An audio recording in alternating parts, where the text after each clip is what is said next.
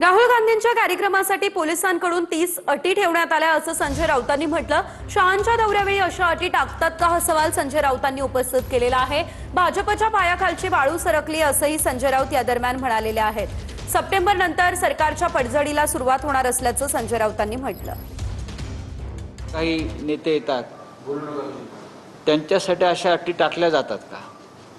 आयुक्तांकडून टाकल्या गेल्यात कधी बघा।